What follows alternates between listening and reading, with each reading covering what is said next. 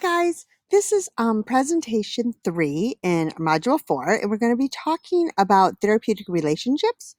Hopefully you're still reading Tuesdays with Maury and you are getting further along, and now I want you to start thinking about the relationships that are forming within this book and be able to share that information as we continue on with this module. So the importance of therapeutic relationships. This term actually comes together is the relationship between the therapist and the client. This is what we use when we support our clients, when we become aware of what our clients' needs are, and that will continually evolve and will probably change throughout your relationship or the time that you're working with an individual. It also helps clients achieve their goals because this offers them, you're including them in the process of making decisions and asking them questions and listening to what their responses are. We're going to be talking about that a little bit more in this presentation.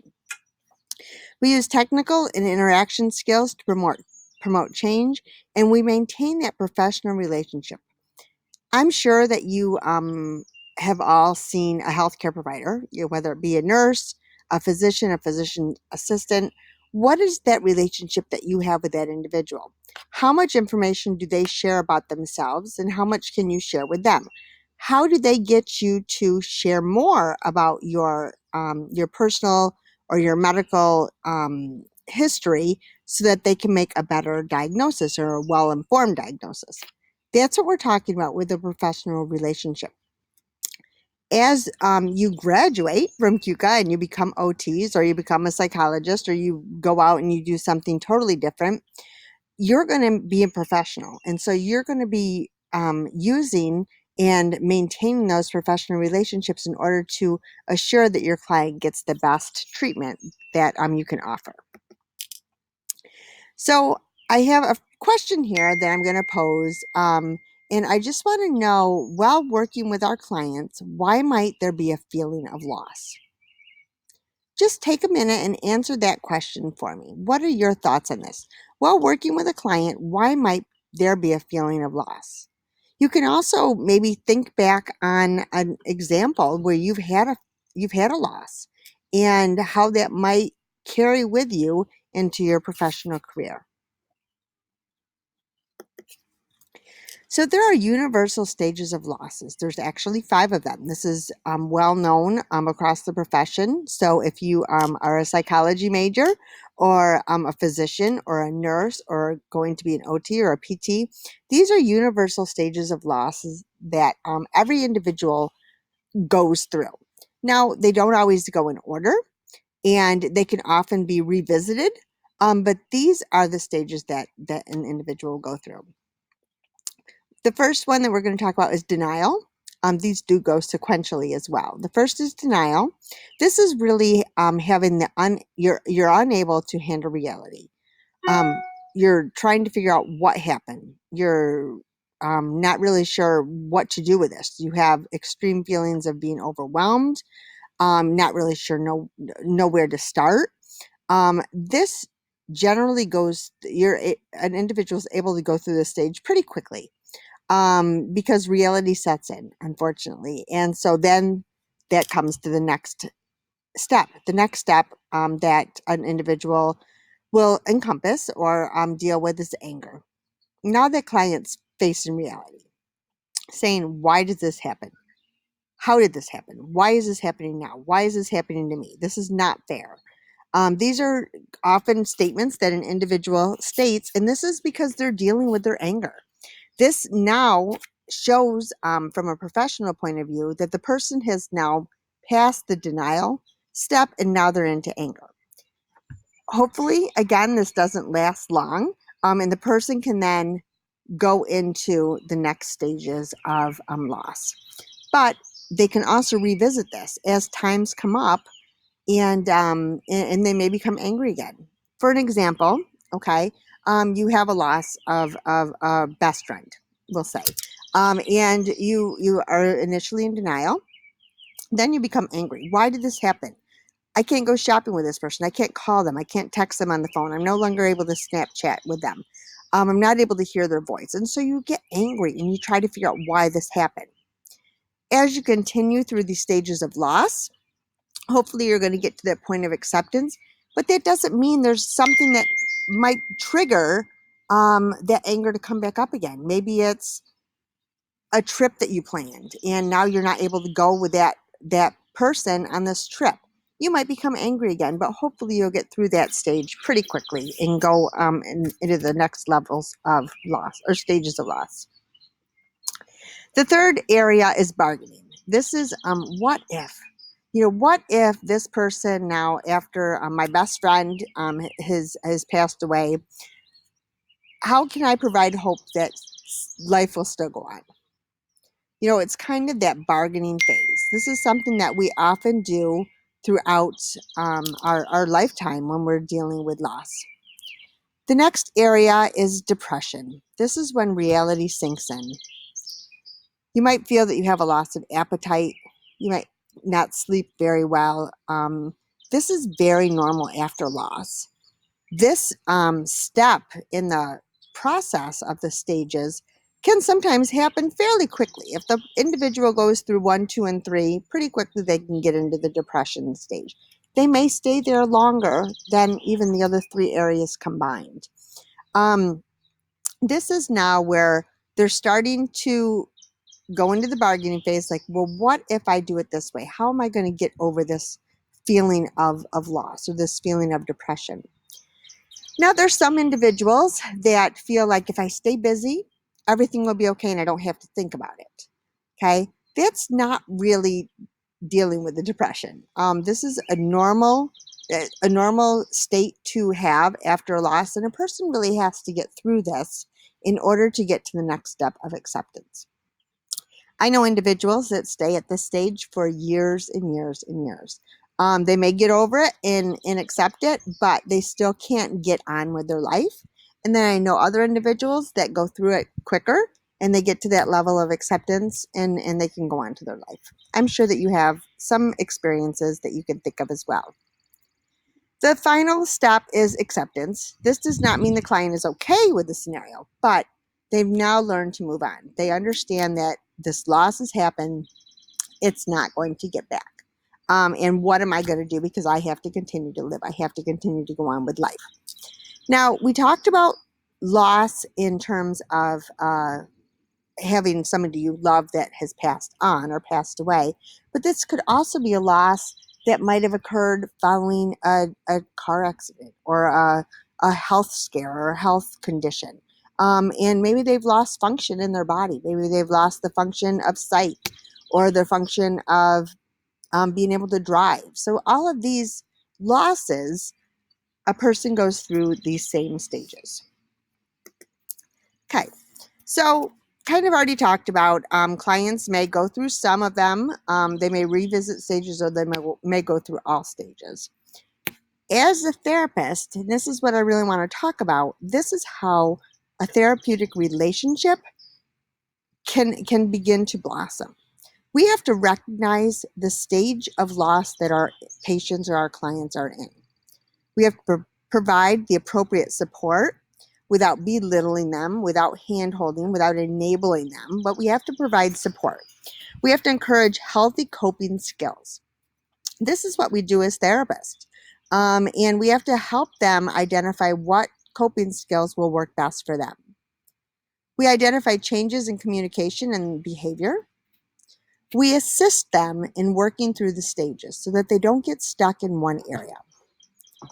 We have to be judgment free because they have to be able to trust us. They have to know that we're not going to bring our biases or our judgment or our opinions to them. This is something that our clients are dealing with. It is not up to us to save it or fix it all. And then we are going to refer to other supports or other specialists or other professionals as appropriate. As OTs, we are holistic. We look at our clients from a variety of standpoints, which you've already identified in the OTPF. But there's times where we can only go so far, and an individual may need more help. They may need to see a psychologist or a counselor. They may need to see a psychiatrist or even their medical doctor. They may need to have medical management, such as use of medication or other therapeutic approaches that are beyond the scope of practice of OT. So here's an example, and I'm going to have you answer these questions, and then I will respond to you in the Ed puzzle as I have been doing. So you're working with a 57-year-old client. Her name is Elsa. She was recently diagnosed with stage 4 cancer. She states she has not learned more about her prognosis and states, "I don't want to know." After further interviewing, you realize it's affecting her occupation of sleep. "My thoughts keep me up at night," she says. "I don't know what to do." I want you to answer these 3 questions. Is Elsa experiencing grief? What stage is she experiencing? And why might knowing this stage further support Elsa's in the recovery or the treatment session? Okay. Now, there are some known risk factors for poor outcomes. Some of these were actually in your reading, which I hope that you were able to complete prior to looking at this information. But anyway, we're looking at males. So people that are of the male gender tend to have a poor outcome. Why do you think that is? Why do you think that men generally have a poor outcome? Individuals who are under the age of 46 tend to have poor outcomes. Individuals who have pre-existing conditions such as depression or anxiety or some type of mental illness. Individuals who have poor physical health. Individuals who have experienced a sudden or unexpected loss. Individuals who have no social supports. Think of individuals that you might know about that really don't have anybody to talk to. Those individuals generally will have poor outcomes. Individuals who experience the loss of a child, especially an adult child. And then dependence or ambivalent relationships with the deceased, meaning that did you have a dependent relationship with a person that is no longer there, and how are you going to continue to cope with that? So now, when we look back at therapeutic use of self, this is looking at the art of relating, our awareness of self, using communication and relating to others. Using these techniques for therapeutic use of self will improve our relationship with our clients, allow for the therapist to reflect on the intentionality of what's going on with our client and how to build those relationships. It also increases the therapist's awareness of the contribution of that therapeutic relationship and the therapist expands the repertoire of the personal skills and is able to use them in a flexible manner, meaning that things will change, things will alter as the relationship continues. And how is the therapist going to respond to what is going on with that client? So let's review a little bit about the therapeutic use of self. I don't know if you are familiar with Calvin and Hobbes. This is an older comic strip, but here's Calvin. He's walked in and he's complaining, "Man, what a rotten day it is today." And his cat's rolling over, kind of snuggling, like, "Hey, come and play with me." Calvin tickles him and hugs him and says, "Ah," and the cat's all happy. And then Calvin walks away and says, "Fuzz therapy." Clearly, this cartoon just shares that unconditional love can really improve a person's sense of self-worth and self-satisfaction. So, okay, let's talk a little bit more. We talked a little bit about the intentional relationship model. This describes the therapeutic use of self. Okay, it looks at how we developed the therapeutic use of self and how it relates to those interpersonal skills. We have that sense of self-awareness, which we do in terms of reflecting, making sure that we are aware of what's going on. We use therapeutic use of self in developing trust with our clients and also empathy with our clients. Obviously, we're not going to be able to be aware or have an understanding of everything that our client has been going through or has gone through. But with that said, we can have an understanding of what they're going through in terms of those stages of grief and stages of of loss and how they're dealing with that. As you work with more clients throughout your professional career, you're going to gain more experiences that you're going to be able to bring into your therapy session. You're going to use communication skills, okay? These are I feel, or trying to encourage the person to talk more about themselves, about what's going on. We're going to talk more about that throughout this presentation and the next one. And then active listening. When we do active listening, what we're doing is we're actually kind of repeating what that client is saying to us. We're giving them all of our attention. We're making eye contact. We're offering nonverbal communication, such as gestures or smiling or sadness or feelings of touch.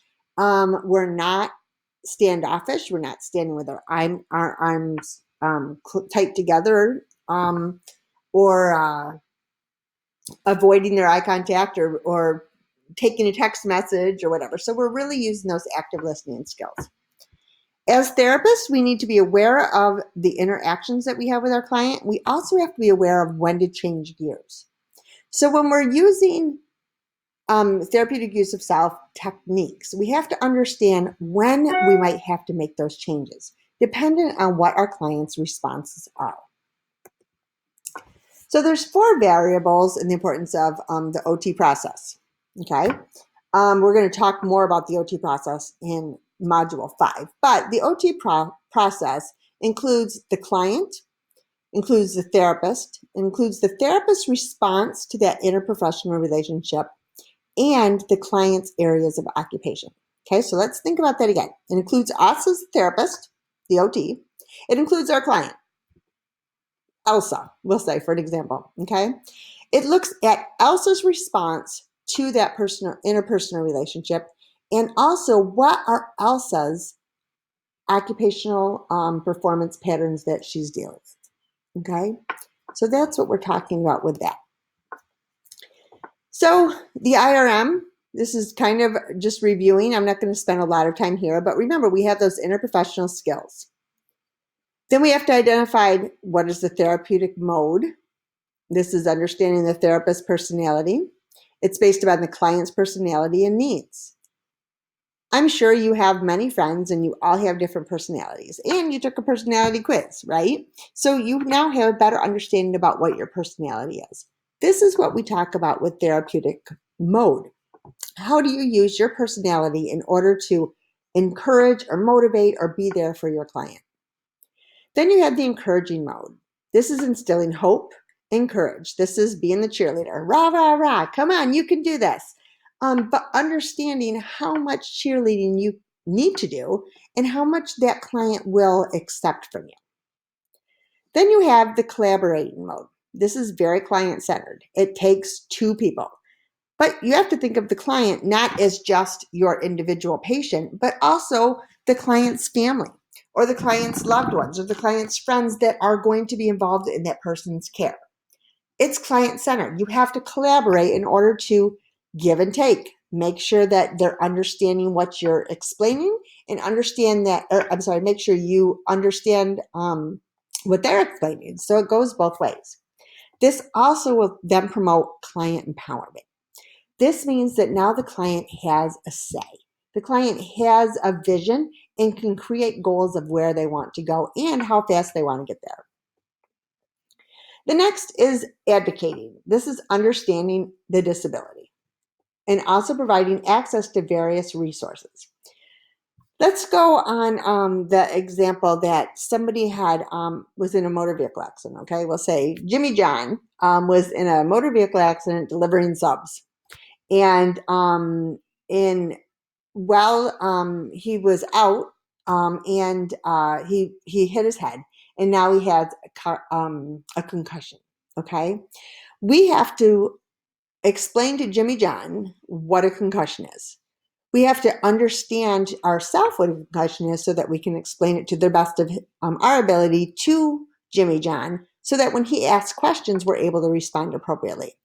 We also have to be able to provide him with the necessary resources that are in the community to help him get better. That's what advocating is all about. Then we have the problem solving mode. This is really looking at logic and reason. Okay.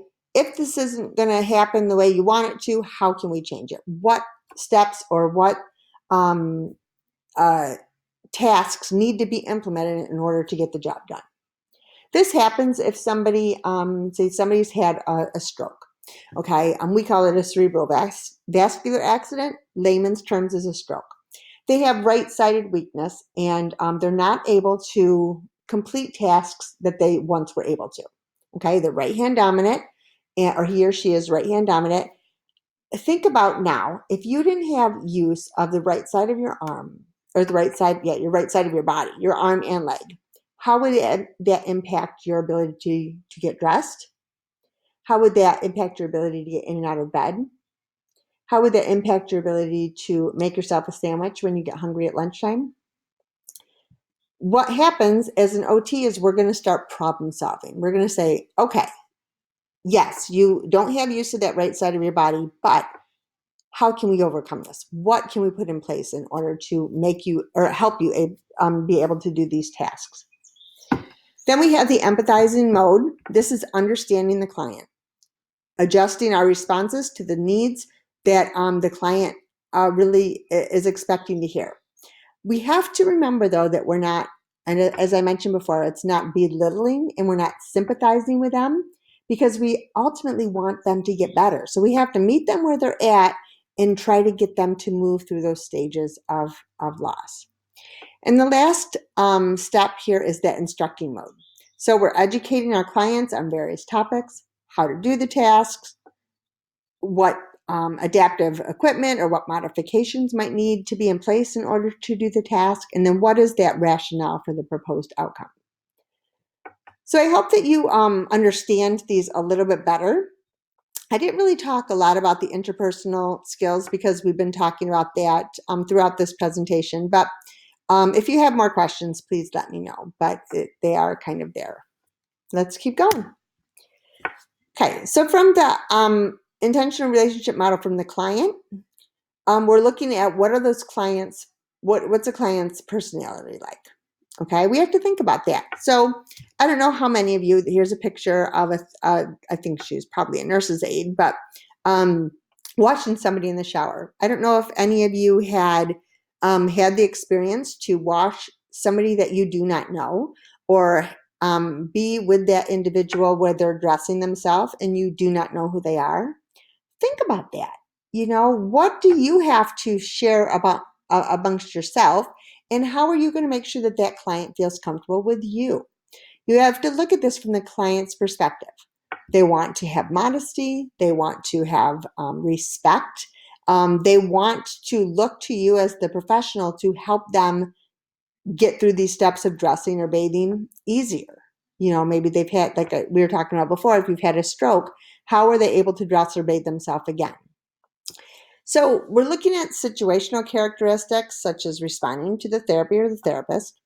We're looking at their emotional responses. You know, how are they doing with this new loss or this new level of difficulty? And possibly if they're working, I'm not working, if they have chronic disease, maybe they're having an exasperation after being in a remission. Well, use the case example of multiple sclerosis. Without going into much detail, but multiple sclerosis or individuals with MS, they can have bouts of exasperations where they have really a lot more pain and a lot less function, and then following steroid treatments or following OT or PT services, those symptoms can go into remission, and then they have improved function. But this can go in waves. So how is that client dealing with that? These are all things we have to think about with that intentional relationship model.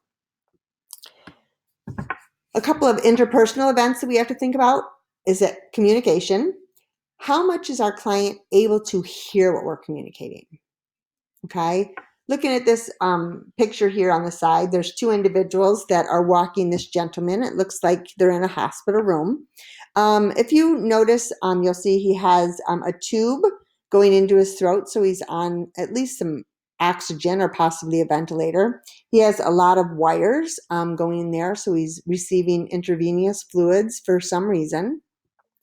Being that it's taken two people to stand him up and possibly get ready to walk, he is he definitely has some decreased strength.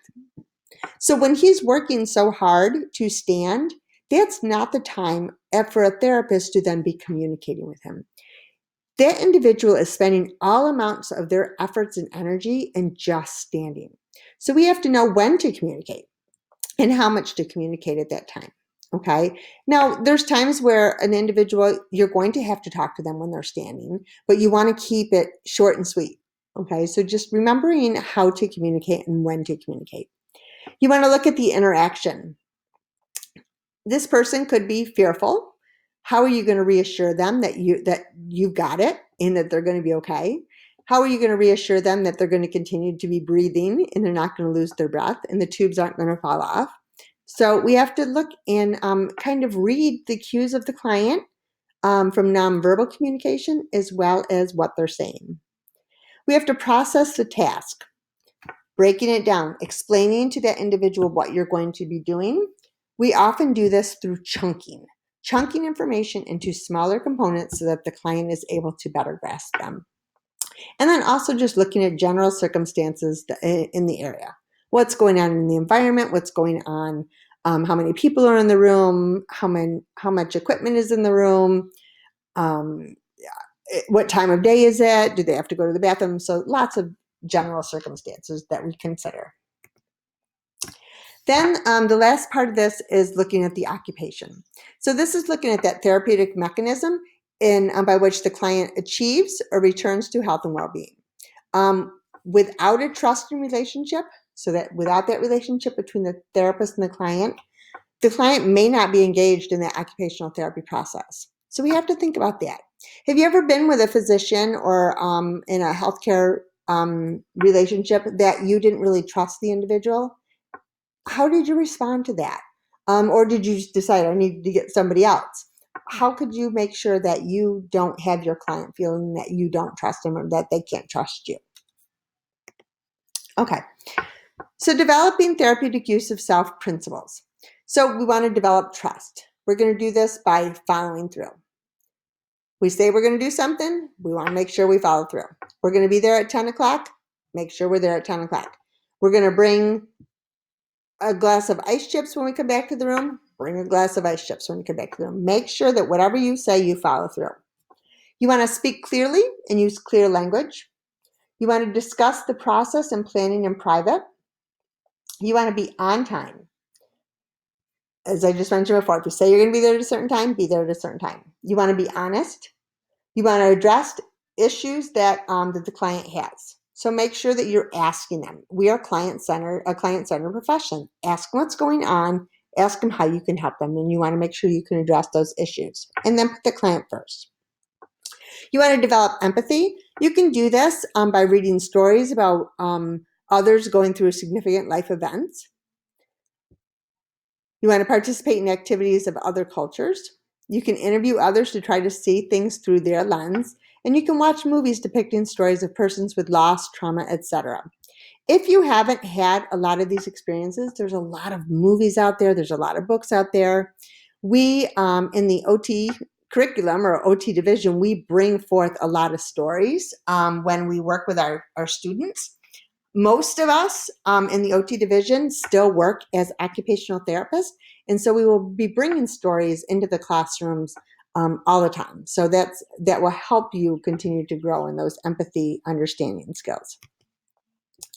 You want to develop communication skills. You do this by interacting with a variety of people. You want to reflect on your current skills and your goals, listen and seek feedback, review videotape sessions and observe strengths and weaknesses. Practice different techniques and become familiar with your style of communicating. You also want to be aware of nonverbal communication skills. Identify what nonverbal communication interactions you are sharing or you are relaying. You want to make sure that you are aware of your eye contact, your body language, your touch, your facial expressions, and your positioning. You want to practice your emotions without talking, and then you can videotape and review your style. Again, throughout the OT division, there'll be times that you will be videotaping yourself or having others videotape you, and then you'll be reflecting on the therapeutic use of self principles that you have engaged in. Active listening. We do this by practice restating, reflecting, and clarification of what the individual is going through. You can do this by role playing. So get with our client and work on role playing skills, or not with a client, but with a friend. I'm sorry. You want to ask for feedback and then identify strengths and weaknesses in that active listening process. Okay, so we have a couple of scenarios here, and I'm going to ask you to then answer the questions at the end of this slide. So Bella is a rambunctious 5-year-old. She's known to have temper tantrums and test the waters per her teacher. While working with her, you notice her emotionally acting out her feelings and throws a temper when not winning a favorite game. Your goal is to utilize therapeutic use of self strategies to best support Bella's participation. How would you approach the sessions with Bella? Situation number 2. Brian is in Bella's class. He is a quiet, timid student. He enjoys playing quiet games and becomes overwhelmed in groups, often shutting down. He currently is paired with a student in a group session who is friendly and outgoing. Your goal is to utilize therapeutic use of self strategies that best supports Brian's participation. How would you approach sessions with Brian?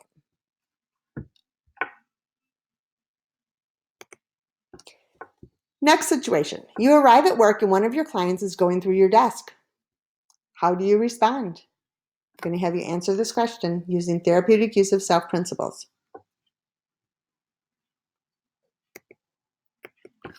Okay, that is it for this presentation. Thanks for listening, and I'll be talking with you soon.